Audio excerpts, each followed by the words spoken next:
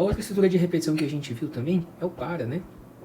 O para talvez vai ser o que mais vai sofrer modificações aqui pra gente nessa disciplina de programação. Mas o para, de certa forma, ele tinha essa sintaxe, né? Para tinha uma variável aqui, por exemplo, x de alguma coisa até outra coisa. Passo 1, faça, né? Passo 1 necessariamente...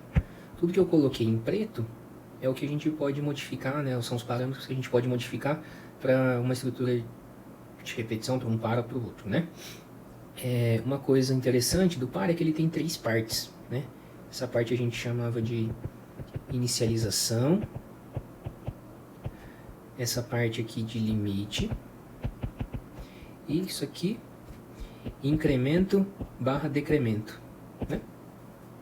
E aí, de forma similar ao enquanto, todas as instruções ficariam delimitadas pelo para e o fim para. Só que dessa vez, eu não tinha necessidade de colocar aqui dentro uma instrução, que nem no enquanto, que iria invalidar a minha estrutura de repetição. Por quê? O meu para, nesse caso, né, o para, de certa forma, ele é controlado pela inicialização e é executado até esse limite, considerando esse incremento ou decremento. Nesse caso é um incremento, né? Então, a leitura que eu tenho aqui é que x inicialmente contém o valor 1, enquanto o conteúdo de x for menor ou igual a 5, que é o limite, tudo que está delimitado pelo para e o fim para vão ser executados.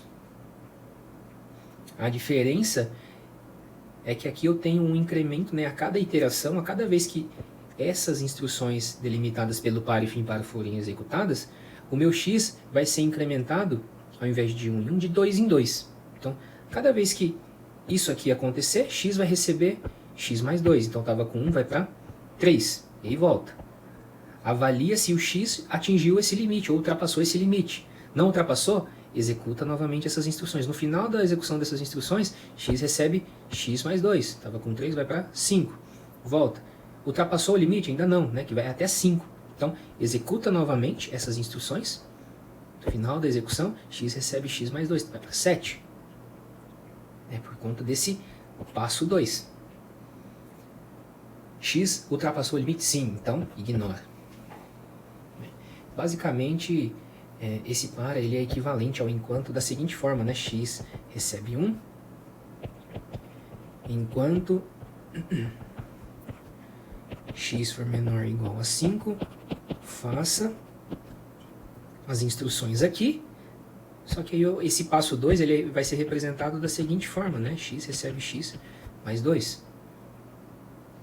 Esse passo aqui, aqui, e fim enquanto.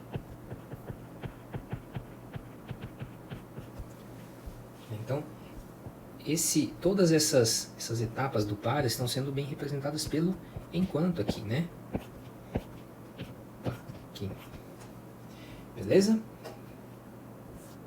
Bom, e aí a gente viu também que eu posso colocar dentro do enquanto uma estrutura condicional, né? Desde que essa estrutura condicional esteja sintaticamente, também logicamente correto, né? Ou seja, todas as estruturas condicionais elas precisam ter as devidas condições, os inícios e os fins, se ou se não, né? Se for uma estrutura condicional simples ou composta, tem que ter se, condição, então, início, as instruções, fim se. Se for uma condicional composta, se não, início, as instruções e o fim se não. Se for só a estrutura condicional simples, tudo isso aqui menos o se não. Mas toda estrutura condicional ela precisa ter um início e o fim. Né? Isso vale tanto para simples quanto para composta, quando eu utilizo o senão. Né? Posso colocar aqui dentro, né, dessa estrutura de repetição.